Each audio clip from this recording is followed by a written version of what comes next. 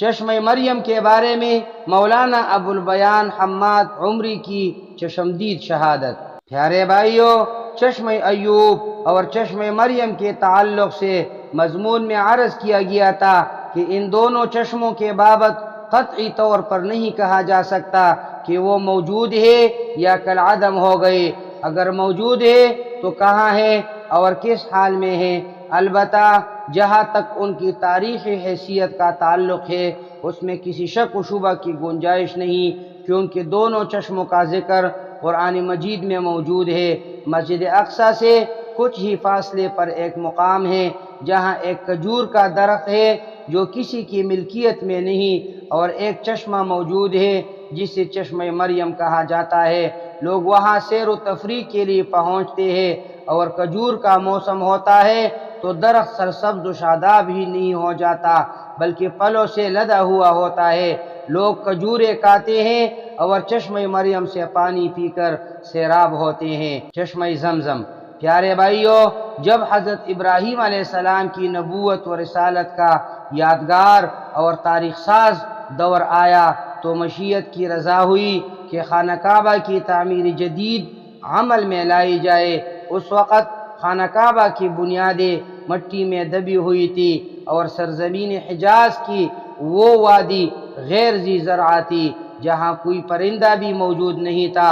اس جنگل اور بیابان کو آباد کرنا محال نہیں تو انتہائی دشوار ہو گیا تھا۔ کسی درجے میں بھی بظاہر اس کا کوئی امکان نہیں تھا کہ وہاں آبادی کی کوئی شکل نکالی جاتی۔ اللہ تعالیٰ نے اپنی غیر معمولی قدرت کی کرشمہ سازی سے کام لے کر وادی غیر ذی زرع کو بسانے کا انتظام کر دیا۔ حضرت ابراہیم خلیل اللہ کا مرکز شام و فلسطین کا علاقہ تھا۔ اپنی زوجہ کے ساتھ وہیں رہ کر آپ فریضہ دعوت و ارشاد انجام دے رہے تھے۔ ویرانہ سالی کی سبب نہ ان کی اہلیہ محترمہ حضرت سارہ علیہ السلام سے کوئی اولاد ہوئی اور نہ دوسری اہلیہ حضرت ہاجرہ علیہ السلام کے گود ہری ہوئی۔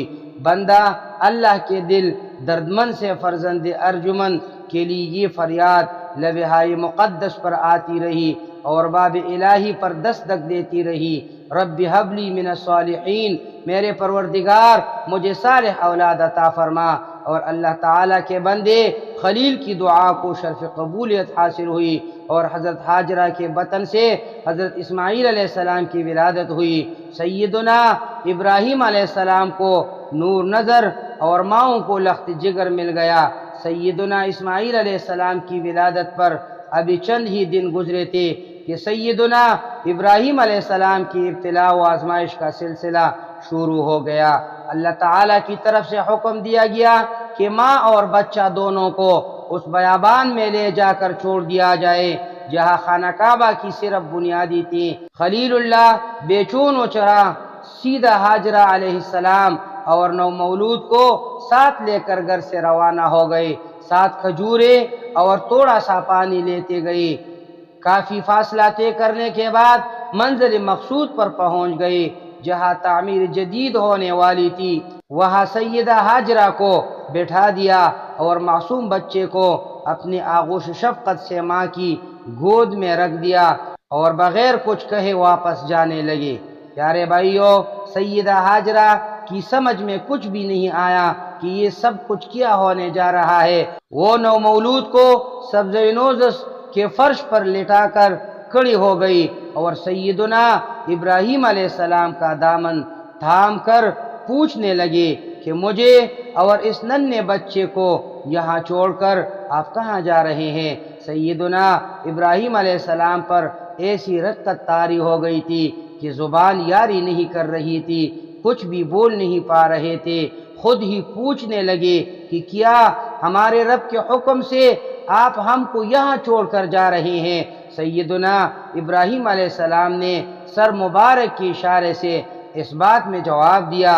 اس پر پی کر تسلیم کی زبان سے وہ کلمہ نکلا جسے صبر و ضبط اور توکل و تحمل کی تاریخ نے اپنے دامن میں محفوظ رکھا ہے۔ صحیح بخاری کے الفاظ ہے، انہوں نے کہا اذا لا یضیعنا، اب آپ تشریف لے جائے، ہمارا پروردگار ہمیں برباد نہیں کرے گا۔ حضرت ابراہیم علیہ السلام کی واپسی کے بعد جل ہی کھجور اور پانی دونوں ختم ہو گئے، جس کے نتیجے میں حضرت حاجرہ علیہ السلام کا دودھ بھی خشک ہو گیا اور وہ بے چین و بے قرار ہو گئے، مگر ان کی پریشانی ان کی اپنی ذات کے لیے نہیں بلکہ اپنے لال کے لیے تھی۔ معصوم بچہ دودھ کے لیے تڑپ رہا تھا۔ قریب میں صفا اور مروہ کی پہاڑیاں تھی۔ قدرت الہی کی کرشمہ سازی سے کبھی چٹانوں سے بھی جھرنے پھوٹ جاتے ہیں۔ یہی سوچ کر سیدہ ہاجرہ علیہ السلام پہلے صفا کی پہاڑی کے پاس پہنچے اور حسرت بھری نگاہوں سے دیکھنے لگے۔ پانی کا کوئی قطرہ اس کی سطح پر نظر نہ آیا تو اوپر چڑھ کر چاروں طرف دیکھنے لگے کہ شاید کہیں پانی نظر آ جائے۔ پھر صفا سے نیچے اترے اور دوڑتی ہوئی مروہ کے پاس پہنچ گئے اور اس کے بھی اوپر چڑھ کر ہر طرف پانی کو تلاش کرنے لگے۔ امید و بیم کی اس کشمش میں نیچے اترے تو معصوم بچے کی فکر لاحق ہوئی۔ بچے کے پاس پہنچے تو اس کی گریہ وزاری تھی جو بڑھتی جا رہی تھی۔ پھول جیسے ہونٹوں کی پھنکڑیاں سوکھی جا رہی تھیں۔ ماہی بے آب کی طرح بے تاب ہو کر سیدہ ہاجرہ پھر صفا و مروہ کے درمیان چکر لگانے لگے۔ اس طرح 7 چکر مکمل کرنے کے بعد اپنی لخت جگر کے پاس پہنچتی ہے تو یہ دل نواز منظر دیکھ کر حیران رہ جاتی ہے کہ جہاں بچہ بھوک اور پیاس کی شدت سے ایڑیاں پھٹک رہا تھا وہاں ایک چشمہ ابل رہا ہے۔ سیدہ ہاجرہ علیہ السلام کو اندیشہ لاحق ہوا کہ پانی کہیں ادھر ادھر پھیل کر ختم نہ ہو جائے، اس لیے پانی کے چاروں طرف بند باندھنے لگے اور پانی سے کہتے جا رہی تھی زمزم زمزم، جس کا معنی اردو میں یوں ہے تھم تم تھم تم، یعنی بند باندھنے پر پانی تھم گیا اور اس کی شکل ایک کوے جیسی بن گئی جیسے چاہے زمزم کہا جاتا ہے۔ پیارے بھائیو، نبی کریم صلی اللہ علیہ وسلم حضرت ہاجرہ کا ذکر خیر کرتے ہوئے فرماتے ہیں اللہ تعالی ہماری ماں پر رحم فرمائے۔ اپنے خیال میں یہ سمجھ کر وہ پانی پر بند باندھنے لگی کہ پانی ہر طرف بہہ کر کہیں ختم نہ ہو جائے۔ آپ کا یہ بھی فرمان ہے کہ اگر سیدہ ہاجرہ علیہ السلام اس پانی کو یوں ہی چھوڑ دیتے تو وہ بہتا ہوا چشمہ ہوتا۔ اگر وہ چشمہ زمزم پر بند نہ باندھی ہوتے تو اللہ ہی بہتر جانتا ہے کہ وہ پانی کس قدر دور تک چلا جاتا، لیکن بند کی وجہ سے وہ آگے پھیل نہ سکا، محدود ہو کر رہ گیا اور جو زمزم کے بجائے شاہ زمزم بن گیا۔ شاید اس میں بھی اللہ تعالی کی کوئی حکمت رہی ہوگی۔ یہ تھا پہلا قدرتی چشمہ جو حرم کعبہ میں موجود ہے۔ پوری دنیا سے حج و زیارت اور عمرے کے لیے جو مسلمان مکہ مکرمہ پہنچتے ہیں آب زمزم پی کر آسودہ سراب ہو جاتے ہیں۔ نیز حج کے ارکان میں ایک رکن یہ بھی ہے کہ خانہ کعبہ کا طواف کرنے کے بعد سیدنا ہاجرہ کی شیوہ تسلیم و رضا کی یاد تازہ کرتی ہوئی صفا و مروہ کے درمیان 7 چکر بھی لگائے، کیونکہ اس کے بغیر حج و عمرہ کی تکمیل نہیں ہو سکتی۔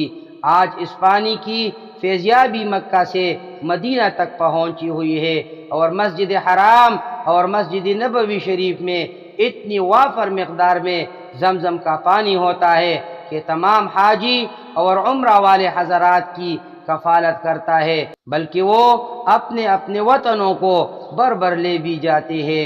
اقول قولی ھذا استغفر اللہ لی ولکم ولسائر المسلمین۔